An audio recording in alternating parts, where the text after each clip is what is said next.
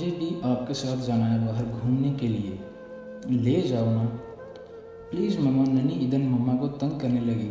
تنگ نہیں کرو ایدھن، میں نہیں لے کر جا رہی۔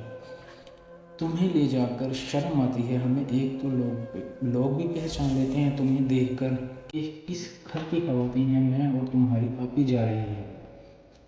مما پلیز نا مجھے بھی لے جاؤ۔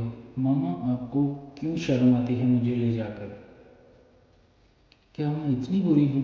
تنگ نہیں کرو اور گھر بیٹھو۔ ننی ایدھن گھر بیٹھ کر روتی رہی۔ آخر کیوں مما آپ مجھے کہیں لے کر نہیں جاتی؟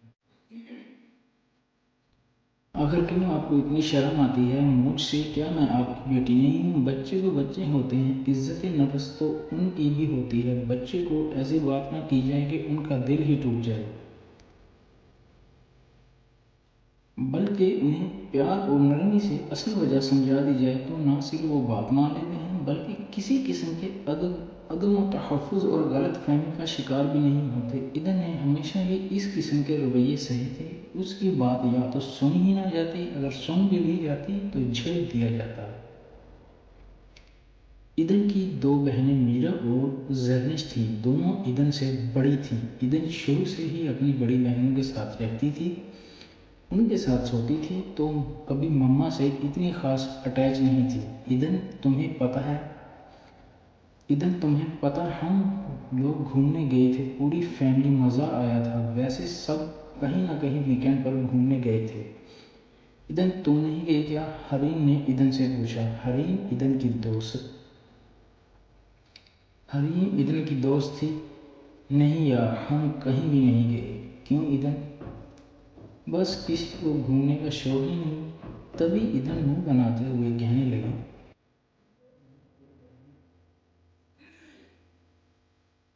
ہاں پر ماما اور بہنیں شاپنگ کرنے گئے تھے تو تم نہیں گئی؟ یا چلو کلاس میں دیر ہو رہی ہے، شاید مس آمنہ آ گئی ہیں۔ ایدھن نے بات کو چینج کر دیا یکدم۔ ہاں اچھا چلو، یار بتاؤ نا تم نہیں گئی شاپنگ پر؟ حریم نے کلاس روم جاتے ہوئے دوبارہ پوچھا۔ ایدھن کو ایک ہی بات بار بار ڈسکس کرنا اچھا نہ لگا۔ اب وہ کیا بتاتی؟ ایدھن اپنی دوست کو کل والا واقعہ بتانے میں شرمندگی محسوس کر رہی تھی۔ ایدھن نے بات بدلتے ہوئے کہا، یار آج تو مس نے ٹیسٹ بھی دیا تھا نا مجھے۔ اوکے چلو ایک نظر دیکھنا ہے۔ ماما کیسی ہیں آپ؟ ایدھن ماما کے پاس لیٹ کر بولی۔ ایدھن میرے پاس نہیں لیٹو، روم میں جاؤ، مجھے تمہاری عادت نہیں ہے، میرے جسم میں درد ہوتا ہے۔ ایدھن اداس ہو کر اپنے روم میں آ گئی۔ آپی کیا کر رہی ہو؟ ایدھن نے میرج سے پوچھا۔ ایدھن پلیز مجھے پڑھنے دو، میں اخبار پڑھ رہی ہوں۔ مجھے بھی گیم کھیلنی ہے، مجھے بھی کھلاؤ پلیز، ایدھن نے زرنش کو کہا۔ ایدھن کیا مسئلہ ہے، کھیلنے دو مجھے بھی۔ آ جاتی ہو ہر وقت تنگ کرنے، ابھی تو لیپ ٹاپ اٹھایا ہے۔ ماما زرنش کو کہیں نا مجھے بھی گیم کھلائے اپنے ساتھ۔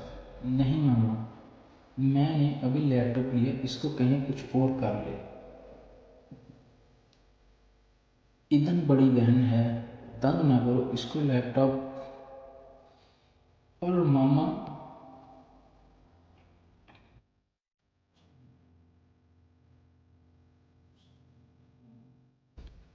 کچھ نہیں، جاؤ اسکول کا کام کرو۔ ایدھن مایوس ہو کر گلی میں کھیلنے چلی گئی۔ ایدھن سو جا، دوپہر کا ٹائم ہے، ماما نے ایدھن سے کہا۔ نہیں ماما، مجھے نیند نہیں آتی دوپہر کو، گھر میں سب سو رہے تھے، بس ایدھن جاگ رہی تھی۔ بھائی سب سو گئے ہیں، بور ہو رہے ہیں، اب میرے ساتھ کھیلو۔ گھر میں جو لڑکا کام کرتا تھا ایدھن اس سے بات کر رہی تھی کہ اتنے میں باہر گلی سے بال آ گئی۔ بچے کرکٹ کھیل رہے تھے۔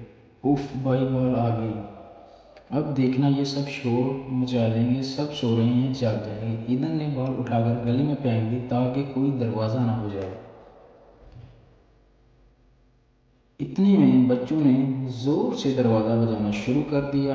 ہماری بال، ارے یار پھینک تو دی ہے، چیک کرو۔ بھائی بال آ گئی۔ اتنے میں کسی نے اس کو کہا، اوہ اوکے سوری۔